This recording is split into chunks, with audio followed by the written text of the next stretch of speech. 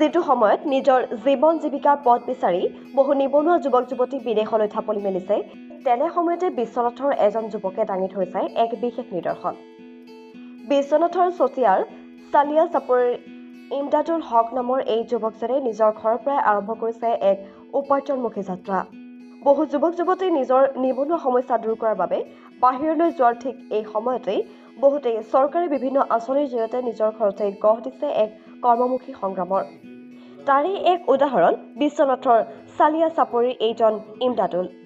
নিজৰ ঘৰৰ চোতালতেই এইদৰে যুৱকজনে গঢ়ি তুলিছে বিভিন্ন প্ৰকাৰৰ হাঁহ কুকুৰা ছাগলী মৎস্য পালনেৰে এক সুন্দৰ জীৱিকা। কেইবা প্ৰজাতিৰ হাঁহৰ লগতে বিভিন্ন প্ৰজাতিৰ মুৰ্গী উপলব্ধ ইমদাদুলৰ এই ফাৰ্মসমূহত। ইমদাদুলৰ এই কৰ্মমুখী যাত্ৰাত যথেষ্ট সুখী ইমদাদুলৰ পৰিয়াল। বৰ্তমান সময়ত বহু নিবনুৱা যুৱক যুৱতীৰ বাবে এক নিদৰ্শন হৈ পৰিছে এই যুৱকজন।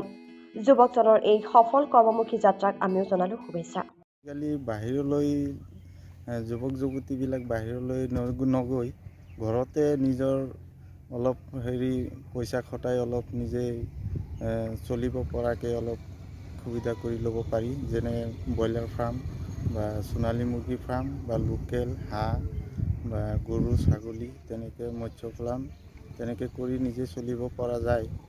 মই 2013 চনৰ পৰাই এইটোত লাগি আছিলোঁ।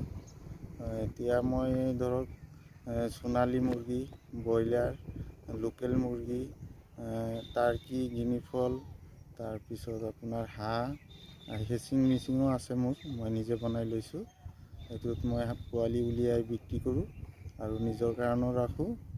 আৰু ধৰক মই চলি আছোঁ আৰু তেনেকৈ বছৰেকে মোৰ প্ৰায় 6 লাখমান টকা ইনকাম হৈ আছে এইখিনিতে।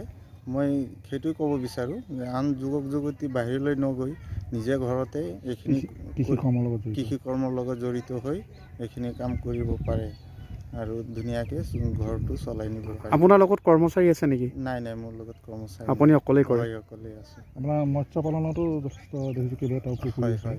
কেইটা পুখুৰী আছে আপোনাৰ? মোৰ 3টা পুখুৰী আছে। মৎস্য পালনটো যথেষ্ট লাভদায়ক। হয়, লাভদায়ক হয়।